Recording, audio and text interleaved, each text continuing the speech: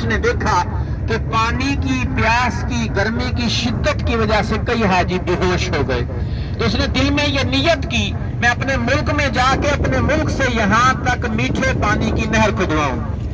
اب کتنا بڑا یہ منصوبہ تھا، کتنا بڑا کام تھا۔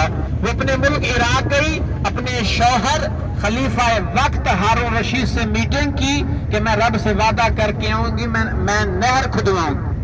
عراق سے یہاں عرفات تک 10 سال کا عرصہ لگا اس نہر کو تعمیر کرتے کرتے۔ آخر میں جب یہ مکمل تعمیر ہو گئی تو کئی 100 سال عراق سے میٹھا پانی حاجیوں کے لیے میدان عرفات میں آتا رہا۔ تو بہت بڑا اس نے یہ کارنامہ سر انجام دیا اور بہت بڑا صدقہ جاریہ کا عمل کیا، اور اس زمانے میں لاکھوں کروڑوں پیسے لگ گئے، اور وہ اتنی خوش تھی اس نیکی پر، اتنی خوش تھی، تو جو مستری اور مزدوروں نے کھاتے لکھے ہوئے تھے رجسٹر، اس کا 1/4 اس نے دیا تھا، باقی 3 حصے دینے تھے۔ تو جب وہ رجسٹر لے کر آئے، وہ تالاب کے قریب بیٹھی تھی، اس نے رجسٹر اٹھا کے تالاب میں ڈالا۔ اب مزدور مستری پریشان ہو گئے کہ یہ تو ہمارا حساب سارا اس نے ضائع کر دیا، اب کیسے پتہ چلے گا ہم نے کتنے پیسے لینے۔ اس نے کہا پریشان نہ ہو، تم نے میرا دل خوش کیا ہے، یہ خزانے کا دروازہ کھلوا رہی ہوں، جتنا تم اٹھا سکتے ہو زیورات، سونا، جو جواہرات، جو کچھ اٹھا سکتے ہو اپنی مرضی سے اٹھا کے لے جاؤ۔ تو یہ بہت بڑا اس نے صدقہ جاریہ کا کام کیا تھا، تو اسی نام سے نہر زبیدہ۔ یہ سیدھے ہاتھ پر دیکھیں، یہ سرخ رنگ کی ٹائل کا فرش بچھا ہوا ہے، یہ پیدل حج کرنے والوں کا راستہ ہے۔ یہ حرم سے آتا ہے یہ راستہ، حرم سے مینا، مینا سے مزدلفہ، مزدلفہ سے عرفات۔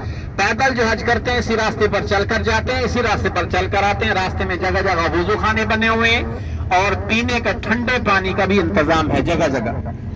تو یہ پیدل آنے جانے کا راستہ ہے۔ سیدھے ہاتھ پر دیکھیں 2 مینار والی مسجد آ گئی، سیدھے ہاتھ پر دیکھیں 2 مینار والی مسجد آ گئی، مزدلفہ شروع ہو گیا۔ اس مسجد کا نام ہے مشعر الحرام۔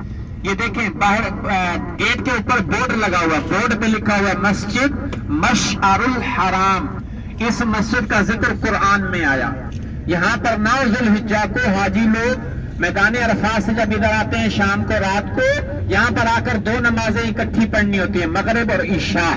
اللہ کرے ہم بھی 9 ذی الحجہ کو یہاں موجود ہوں، یہ 2 نمازیں یہاں پڑھیں۔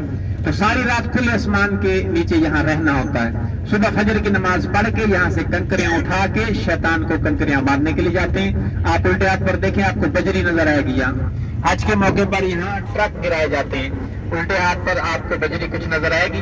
تھوڑا سا آگے جا کے گاڑی ٹرن ہوگی تو آپ کو سیدھے ہاتھ پر بھی بجری نظر آئے گی، الٹے ہاتھ پر بھی بجری نظر آئے گی۔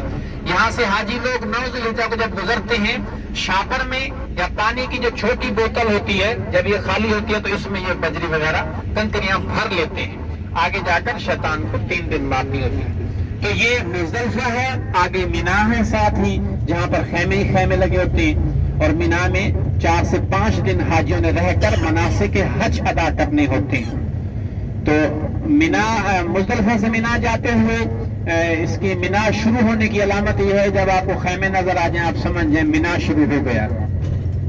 مینا عربی زبان کا لفظ ہے، اس کا معنی ہے خون بہانا۔ یہاں ایک بہت بڑی عظیم الشان قربانی حضرت ابراہیم علیہ السلام نے دی تھی اور خون بہایا تھا، اسی نسبت سے اس کا نام رکھا گیا مینا۔ حاجی لوگ بھی یہاں قربانیاں کرتے ہیں حج کے موقع پر، تو خون اس وقت بھی بہایا جاتا ہے، تو اسی نسبت سے مینا کا نام مینا رکھا، اس کا معنی ہے خون بہانا۔ تو بہت بڑی قربانی تھی کہ جب اللہ تعالیٰ کی طرف سے حکم ہوا اپنا نوجوان بیٹا لے کر آئے۔ آگے وہ پہاڑ ہم دیکھیں گے، آپ کے الٹے ہاتھ پر وہ پہاڑی آئے گی، چھوٹی سی پہاڑی ہے، اس پر بھی سفید ایسے نشان بنا ہوا ہے۔ تو